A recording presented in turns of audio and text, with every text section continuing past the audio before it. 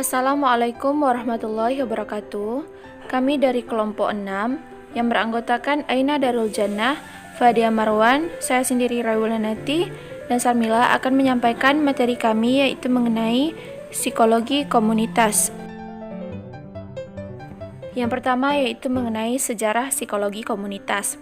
Pada tahun 1955, psikologi komunitas mulai berkembang di Amerika.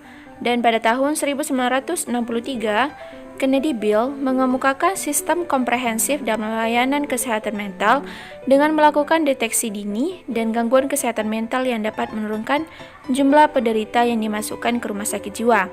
Kemudian pada tahun 1965 dianggap sebagai kelahiran psikologi komunitas.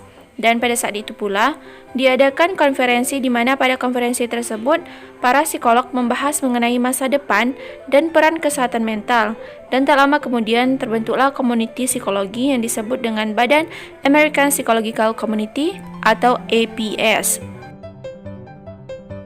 Kemudian ada pengertian psikologi komunitas. Psikologi komunitas adalah suatu pendekatan terhadap kesehatan mental yang menekankan pada peran dalam lingkungan atau komunitasnya dalam menciptakan dan mengurangi masalah. Intinya, dari psikologi komunitas adalah interaksi orang ataupun individu dengan lingkungan komunitasnya dalam mengidentifikasi peran dan dalam lingkungan yang dapat menciptakan serta mengurangi masalah individu.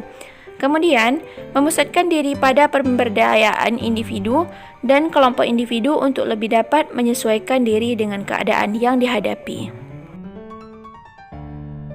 Fokus kajian psikologi komunitas adalah hubungan individu dengan komunitas dan masyarakat. Melalui penelitian dan aktivitas kerjasama, psikologi komunitas berusaha untuk memahami dan meningkatkan kualitas hidup individu. Komunitas dan masyarakat tidak hanya berfokus pada individu dan lingkungan saja, tetapi juga pada hubungan keduanya. Kepercayaan dan tradisi budaya dapat mempengaruhi komunitas atau sifat-sifat organisasi, yang hal tersebut dapat mempengaruhi hubungan interpersonal dan kehidupan individu, di mana individu-individu secara bersama-sama mempengaruhi organisasi komunitas dan masyarakat. Tugas psikologi komunitas yaitu untuk dapat memahami dan meningkatkan kehidupan individu maupun komunitas, mengembangkan pengetahuan yang psikologi secara valid, tetapi harus memuat pengetahuan tersebut yang berguna bagi kehidupan komunitas. Selain itu, ditunjukkan pula untuk membangun pengetahuan melalui perbuatan atau perspektif psikologi komunitas. Selanjutnya dijelaskan oleh rekan saya, Aina.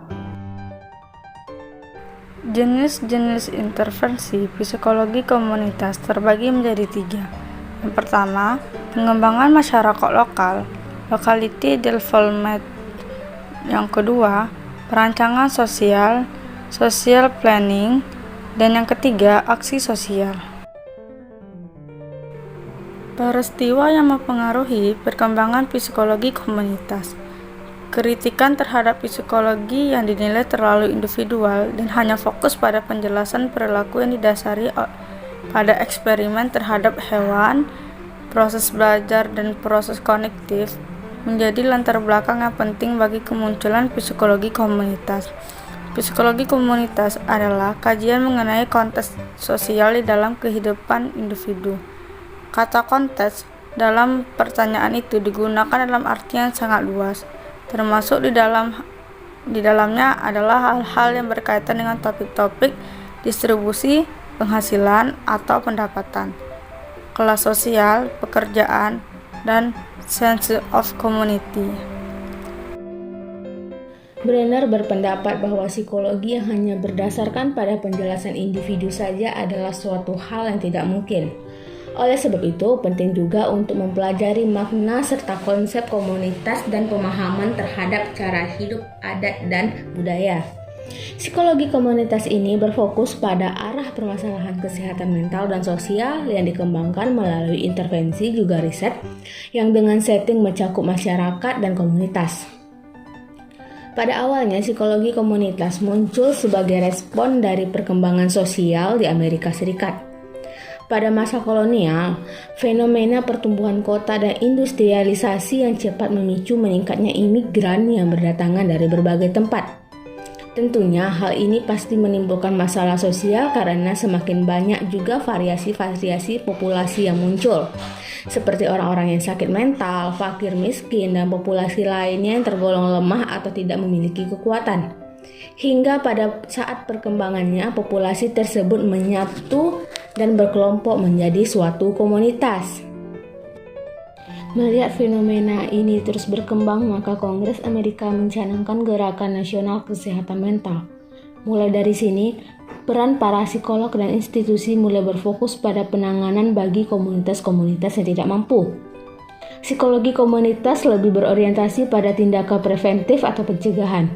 Maka, psikologi komunitas berusaha untuk mencegah permasalahan terjadi ke depannya dibandingkan menunggu permasalahan tersebut muncul dan menjadi lebih serius.